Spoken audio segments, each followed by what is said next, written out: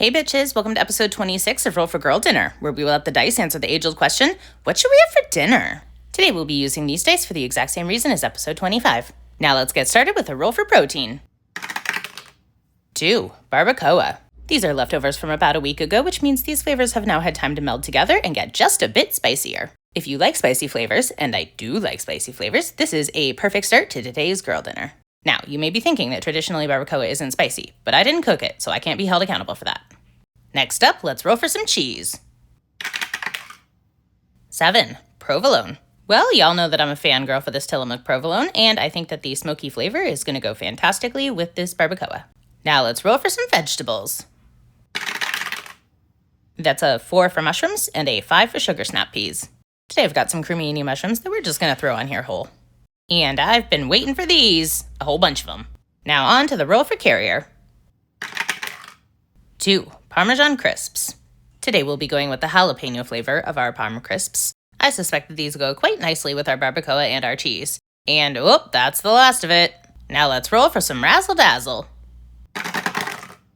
That's a 6 for almonds and a 19 for radish kimchi. Today we've got almonds from, my shelf. There's nothing interesting to say about almonds. They're just here. But at least I like them. And here's something I've never tried before. These are naturally fermented kimchi ponytail radish by Jonga, which I picked up at Costco the other day. I suspect that these will go pretty well with most of what's here. Time to get saucy with a roll for sauce. 12. Choose my own. You know, I really just want something good to dip the sugar snap peas and the mushrooms in, so I'm going to go with this jalapeno ranch because it hits every time. Now let's roll for some sparkling water. 4. Cherry lime. You know, one of you corrected my pronunciation on this a few days ago and let me know that it's actually supposed to be said la croissant.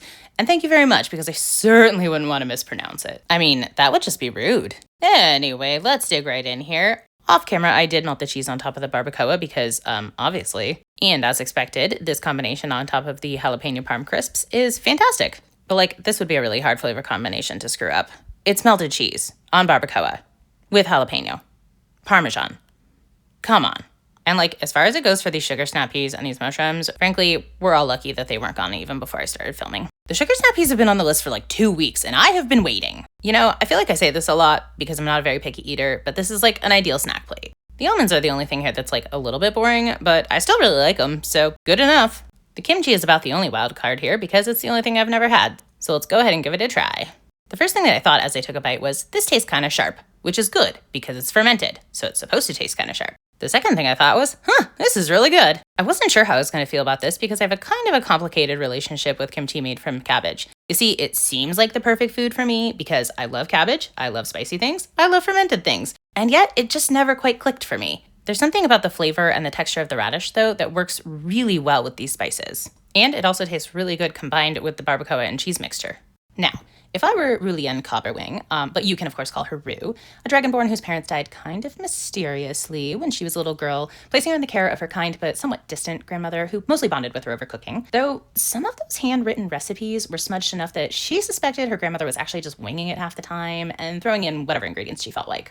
Oh well, sure kept things interesting. Never a dull moment in their rather secluded life that really should have made for a lot of dullness over the years. But the dullness did sink in when her grandmother passed away. She couldn't bear to be alone in that little home, so she set out in search of the city with a pack full of only clothes and her grandmother's book of handwritten recipes. Having lived such a sheltered life in the woods, she was not prepared for the coldness of the road, and one night she built a fire slightly larger than was perhaps wise, and when she woke, she realized with horror that her pack had caught fire in the night, leaving all in ashes except for the book. The book was transformed and glowing slightly, but not from flames or cinders, and when she opened the book, the pages had transformed into something almost ancient-looking. No, actually ancient-looking. These are the secret writings of the Way of the Ancient Dragon. And in that moment, she knew that she had to study this text, become a monk, and discover the secrets buried with her family. The secrets that had, perhaps, caused their untimely ends. If I were her, I would give this a perfect 10. But as it is, I, Kendra, give this an 8.5. This is my meal. I call this girl dinner. Girl dinner. Girl dinner.